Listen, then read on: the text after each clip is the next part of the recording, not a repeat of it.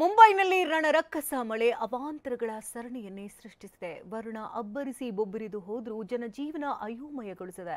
ಮತ್ತೊಂದೆಡೆ ಉತ್ತರಾಖಂಡ ಅಸ್ಸಾಂನಲ್ಲಿ ಪ್ರವಾಹ ಪರಿಸ್ಥಿತಿ ಕಣ್ಣೀರ ಕೋಡಿಯನ್ನೇ ಹರಿಸಿದೆ.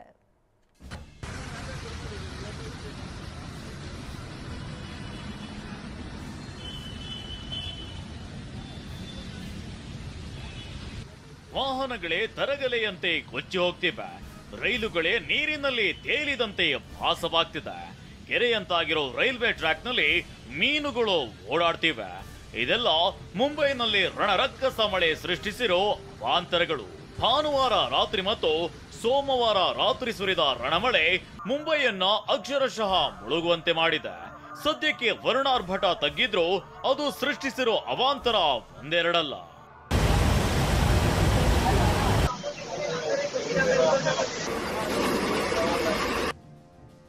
ತರಗೆಲೆಯಂತೆ ಕೊಚ್ಚಿ ಹೋದ ವಾಹನಗಳು ನೋಡಿ ಯಾವ ರೀತಿ ಮಳೆ ನೀರಿನ ರಭಸಕ್ಕೆ ರಸ್ತೆಯಲ್ಲಿ ವಾಹನಗಳೆಲ್ಲ ಕೊಚ್ಚಿ ಹೋಗ್ತಿವೆ ಅಂತ. ಇದು ಮುಂಬೈ ನಗರದಲ್ಲಿ ಸೃಷ್ಟಿಯಾಗಿದ್ದ ಅನಾಹುತ.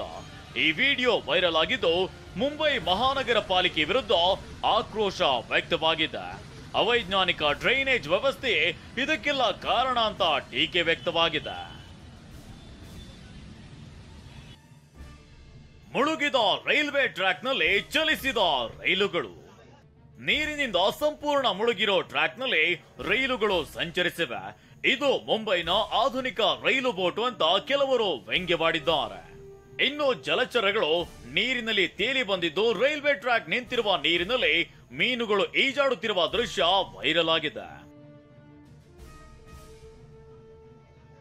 ಸದ್ಯ ರೈಲ್ವೆ ಮತ್ತು ವಿಮಾನ ಸಂಚಾರ ಸಹಜ ಸ್ಥಿತಿಗೆ ಬಂದಿದೆ.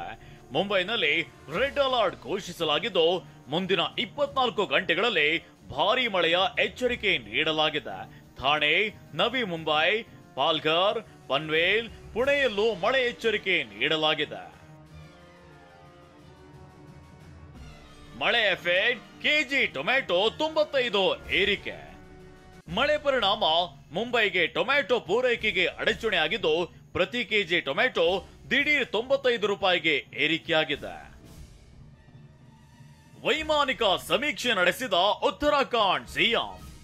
ಉತ್ತರಾಖಂಡ್ನಲ್ಲಿ ಪ್ರವಾಹದಿಂದ ಸಾವಿರಾರು ಎಕರೆ ಜಮೀನು ಜಲಾವೃತವಾಗಿದ್ದು 100 ಮನೆಗಳು ಕುಸಿದಿವೆ.